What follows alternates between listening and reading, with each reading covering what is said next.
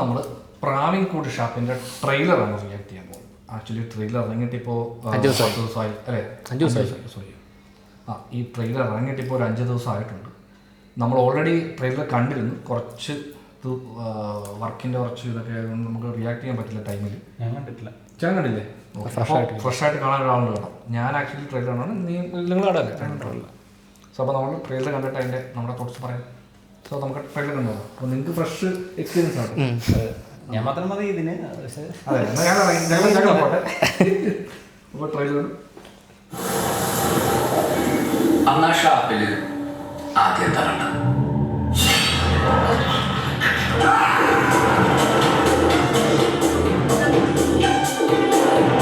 രാത്രി ഷാപ്പാക്കി കൂട്ടി ആദ്യം 11 വരെ ഇരുന്ന് കണ്ണൂടിച്ചിട്ട്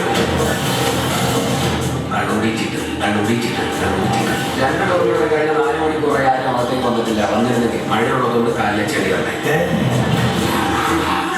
മഴയുള്ള ചീട്ടുകളിക്കിടെ അസാധാരണമായിട്ട് പേര് സൃഷ്ടിച്ചിരുന്നു. അടിയിലിട്ട് അവസരത്തിനാണ് സർക്കാരിന്റെ അടിയിലൊന്നും ഉണ്ടാകില്ല. ചെയ്യുന്നില്ല.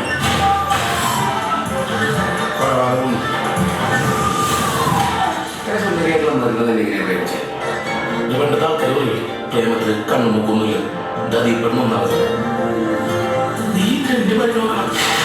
അവസാനം ഷാപ്പിന്റെ മുതലായിട്ട് ഷാപ്പിന്റെ ഒത്ത് നമുക്ക് പാരച്ചൂട്ട് ഇറക്കി ഇതിൽ ഒരാളാക്കിയിട്ടില്ല.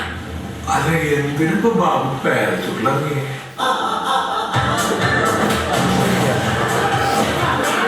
മനസ്സിലാക്കുന്ന കാര്യമില്ലേ? അതൊന്നും പറയാത്ത രഹസ്യം.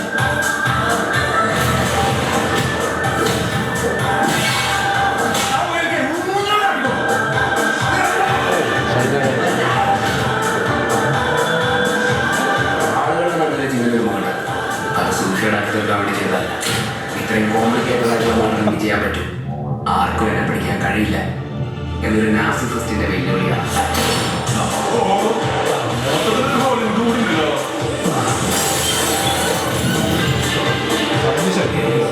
ഒരു ആവേശത്തിന്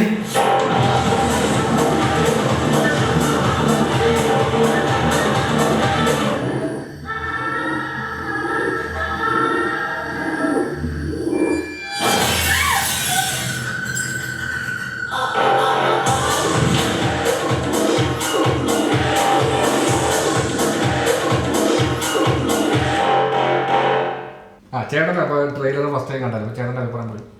രസമുണ്ട്, ടോൺ ഭയങ്കര രസമുണ്ട്. ഇതിൻ്റെ ഡയറക്ടറുണ്ടല്ലോ ശ്രീരാജ് ശ്രീനിവാസൻ. പുള്ളി തൂമ്പ എന്ന് പറഞ്ഞ ഷോർട്ട് ഫിലിം ചെയ്തിട്ടുണ്ട്. ആക്ച്വലി ഒരു റീലിൽ നമ്മുടെ ബേസിൽ അതിൽ ഇറങ്ങി. ആ ഷോർട്ട് ഫിലിം ഇറങ്ങിയിട്ട് കുറച്ചായി. അത് അത്ര വലിയ വ്യൂസ് ഒന്നും ഇല്ലായിരുന്നു. എനിക്കത് ഞാനും ആ ബേസിലിൻ്റെ ഇത് റീൽ കണ്ടു കഴിഞ്ഞപ്പോഴാണ് ഈ ഷോർട്ട് ഫിലിം എടുത്ത് കണ്ടു നോക്കിയത്. ആ ഷോർട്ട് ഫിലിമാണ് പുള്ളി. ആ ഷോർട്ട് ഫിലിം കാണിച്ചു. അത് കഴിഞ്ഞിട്ട് നേരെ പടം വന്നതെങ്ങനെയാണ് പറയുന്നത്. ആ ഷോർട്ട് ഫിലിം കണ്ട ഉടനെ ഓക്കെ പറയുന്നതാണ്. അത് മെയിൻ റോൾ ചെയ്യുന്നത് ബേസിലും സൗബിനും രണ്ടുപേരുണ്ട്. ഷാപ്പില് പോലെ പ്രൊഡ്യൂസർ ഈ ടീം തന്നെ ഭയങ്കര ടീമാണ്. പിന്നെ ടോൺ ഇങ്ങനെ ഭയങ്കര രസമുണ്ട്. ഇങ്ങനെ ജമ്പ് ചെയ്യുന്ന അങ്ങോട്ട് കോമഡി എന്നല്ല, ഒരു വൈബാണ്. കൊലപാതകവും അതും ഇതെല്ലാം കൂടെ ഒരു മിക്സ് രസമുണ്ട്. പുള്ളി ബേസിൽ ലുക്കൊക്കെ നല്ല രസമുണ്ട് ഇങ്ങനെ മീച്ചൊക്കെ വെച്ച്. പിന്നെ ഇത് വന്ന എല്ലാ എലമെന്റ്സും, അതായത് ഇപ്പം കുറച്ച് സ്റ്റൺസ് ഉണ്ട്, അത് രസമുണ്ടായിരുന്നു. VFX എലമെന്റ്സ് എല്ലാം വളരെ നീറ്റാണ്.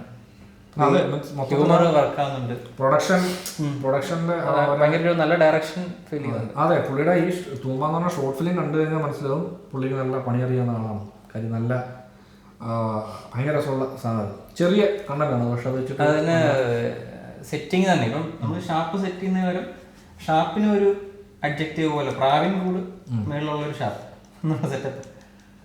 അപ്പൊ അത് രസമുണ്ട്. അതിൻ്റെ ഒരു അതായത് സമാധാനത്തിന്റെ ഇത്രയും വലിയ കേസ് നടത്തുവാണ്. അങ്ങനത്തെ കുറച്ച് അടുത്ത വർഷമായിരിക്കും. എനിക്ക് തോന്നുന്നു ഇനിഷ്യലി ഇത് ഈ വർഷം ഡിസംബറിൽ റിലീസ് ചെയ്യുന്ന പടമാണെന്ന് തോന്നുന്നു. അത് മാറ്റിയതാണ് തോന്നുന്നു. ഡേറ്റ് അനൗൺസ് ചെയ്ത് എനിക്ക് ഒരു സംശയമുണ്ട്. ഈ മാസം റിലീസ് ചെയ്യാനുള്ള ലൈനിലായിരിക്കണം ഇവർ കുറച്ച് ഇതിൻ്റെ ഇതൊക്കെ ഇറക്കിയിട്ടുണ്ടായിരുന്നു എനിക്ക് തോന്നുന്നു. ഈ ടൈറ്റിൽ ടെക്സ്റ്റ് ഞാൻ എവിടെയോ കണ്ടൊരു ഫീൽ. അത് ആക്ച്വലി പറഞ്ഞാൽ നിയോൺ നമ്മുടെ ബാറിൻ്റെ പോലത്തെ സെറ്റപ്പിലാണ് അവരത് സെറ്റ് ചെയ്യുന്നത്.